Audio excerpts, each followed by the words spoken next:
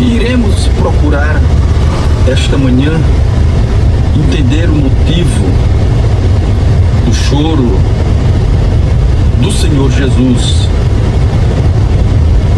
O capítulo 11 do Evangelho de São João, todo o capítulo está dividido em duas partes principais. A primeira parte, que vai do versículo 1 do capítulo 11 ao versículo 45, refere-se à ressurreição de Lázaro.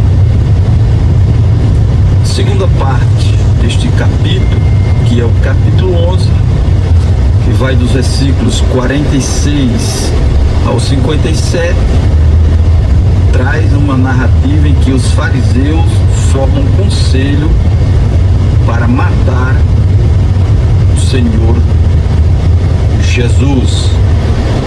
Mas quando, de posse deste capítulo, e entendendo, estudando para podermos aqui estar com nossos irmãos, me deparei com este versículo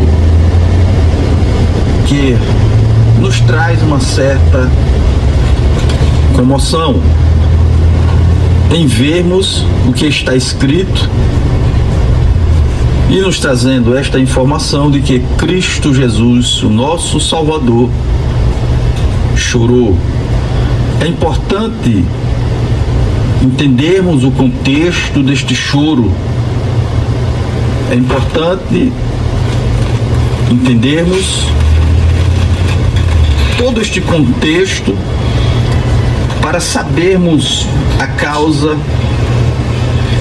deste choro, por assim dizer. Então, vamos ao versículo 1, vamos à real história e dar sentido a este choro e dar sentido ao contexto em si do capítulo 11. Capítulo 11, versículo 1, estava então enfermo um certo Lázaro de Betânia, aldeia de Maria e de sua irmã Marta. Aqui nós encontramos uma família de 3 irmãos, família essa alcançada pelo amor, pela bondade, pela misericórdia do Pai Eterno. Família essa que era amiga do Senhor Jesus. E continua a história. E Maria era aquela que tinha ungido o Senhor com unguento. E lhes tinha enxugado os pés com seus cabelos, cujo irmão Lázaro estava enfermo. Perceba que há uma proximidade, há uma relação de amizade, há uma relação de reconhecimento que o Senhor Jesus é Deus. Para a época, o Senhor Jesus fora enviado do Pai para salvar a humanidade, fora enviado do Pai para os seus, para os judeus. Porém, a história nos diz que nem todos o receberam. Mas Lázaro encontrava-se enfermo e era irmão de Maria, aquela que havia ungido os pés do Senhor Jesus. Mandaram-lhe, pois, suas irmãs dizer: Senhor, eis que está enfermo aquele a quem tu amas. E aqui nós abrimos um parêntese para dizer a você que o Senhor nosso Deus nos ama. O Senhor nosso Deus, através do Filho, através do Messias enviado, nos ama. E todo aquele a quem o Senhor ama, ele tem um grande apreço por ele. Porém, meus queridos, na história do capítulo 11, iremos encontrar alguns contratempos. Contratempos este que levaram aquele a quem o Senhor Jesus muito amava a vir a falecer, a morrer. E no versículo 4 diz o seguinte: e Jesus, ouvindo isso, disse: esta enfermidade não é para a morte, mas para a glória de Deus, para que o Filho de Deus seja glorificado por ela. Eu quero aqui abrir um parêntese a você, amigo ouvinte, a você, irmão em Cristo, a você, senhor, senhora, quem sabe até um jovem que se encontra neste momento debilitado, com a sua saúde fragilizada, saúde esta muitas das vezes física e muitas das vezes mental e muitas das vezes espiritual. São 3 pontos em que o ser humano ele pode ser afetado diretamente: no seu físico, em suas emoções e em sua vida espiritual. Mas acalme-se, tenha esperança, tenha confiança no Filho de Deus, porque Ele nos diz esta manhã que é para a glória de Deus Pai. Ele é aquele que pode curar todas as enfermidades, enfermidades na alma, enfermidades no espírito, enfermidades no corpo. E o Senhor, quando recebe a notícia de que aquele a quem tanto amava estava enfermo, Ele diz: não se preocupem, é para a glória de Deus Pai, para que o Filho de Deus seja glorificado por ela. E continua a história. Ora, Jesus amava a Marta, Jesus amava a Lázaro, Jesus amava esta família. E ouvindo, pois, que estava enfermo, ficou ainda 2 dias no lugar onde ele estava. Ou seja, se encontrava distante daquele vilarejo, daquela aldeia. A notícia chegou e ele é como que não tenha dado muito crédito.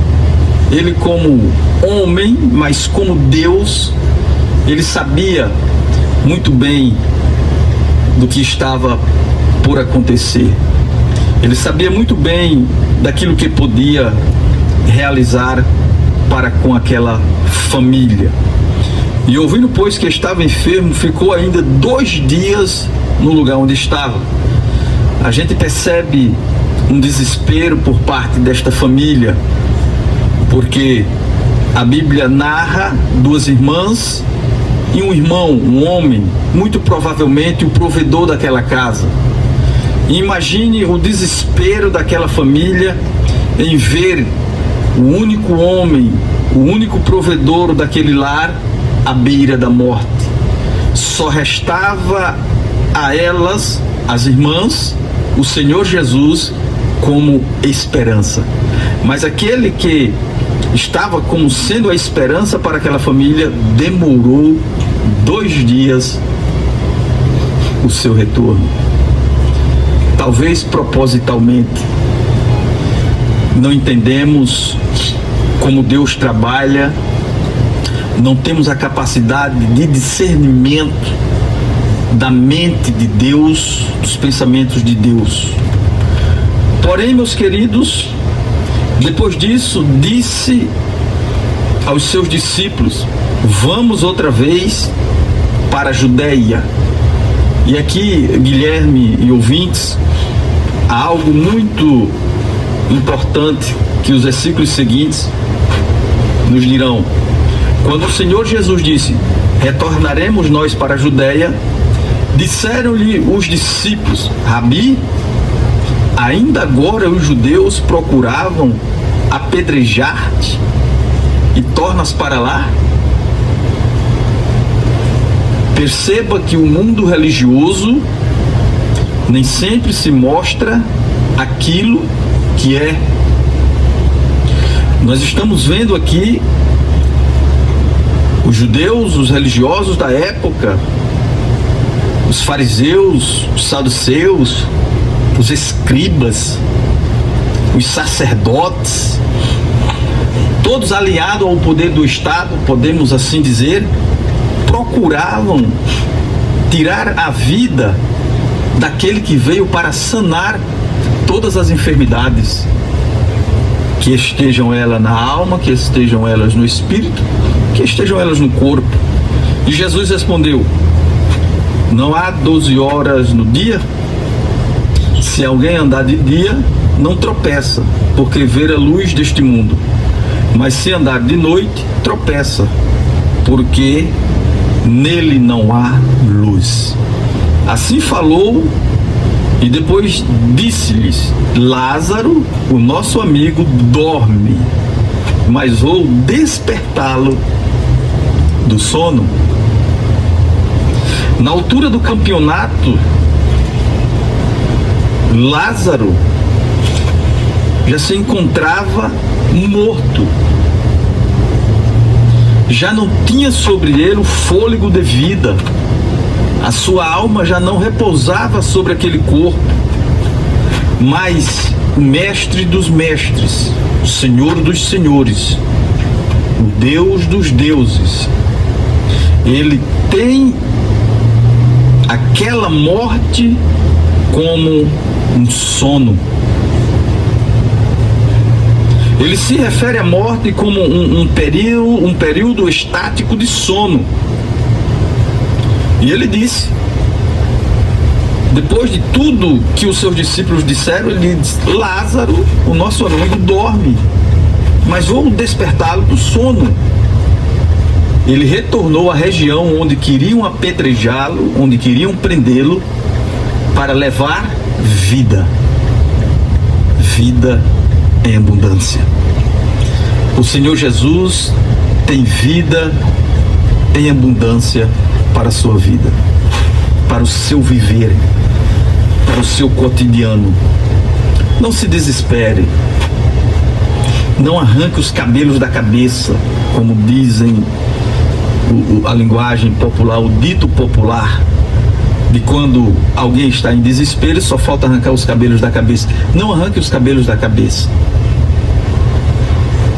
Não se desespere como se desesperou, e com toda a razão, Marta e Maria. O Senhor demorou a retornar, mas aquilo que muitas das vezes temos como morte, o Senhor tem como vida. Ele é a fonte de toda vida. Precisamos retornar para despertar Lázaro do seu sono. Glória a Deus. E aqui nós abrimos um parêntese, porque muitos estão dormindo um sono diferente, um sono espiritual. Muitos estão dormindo para Deus, para as coisas de Deus, mas a qualquer momento o Senhor Jesus pode bater na porta do seu coração e dizer: Lázaro, sai para fora, desperta deste teu sono, desperta deste teu sono dormente. Disseram, pois, os seus discípulos: Senhor, se dorme, estará salvo. Mas Jesus dizia isso da sua morte. Eles, porém, cuidavam que falava do repouso do sono. Nem os próprios discípulos entenderam naquele momento a linguagem do Senhor Jesus. Mas o Senhor Jesus não era apenas homem, era homem e Deus. Era da mesma essência do Pai, da mesma essência do Espírito. Ele sabia o que estava fazendo. Glória a Deus. Versículo 14. Então Jesus disse-lhes claramente: Lázaro está morto. Perceba que quando a notícia chegou enviada pelas irmãs de Lázaro, ele estava enfermo. Passou-se 2 dias, Lázaro veio a óbito e o Senhor Jesus decidiu retornar àquele lugar. E quando ele decide retornar àquele lugar, ele diz: Lázaro dorme. E os seus discípulos entenderam: se ele dorme, ele está bem. Não há o porquê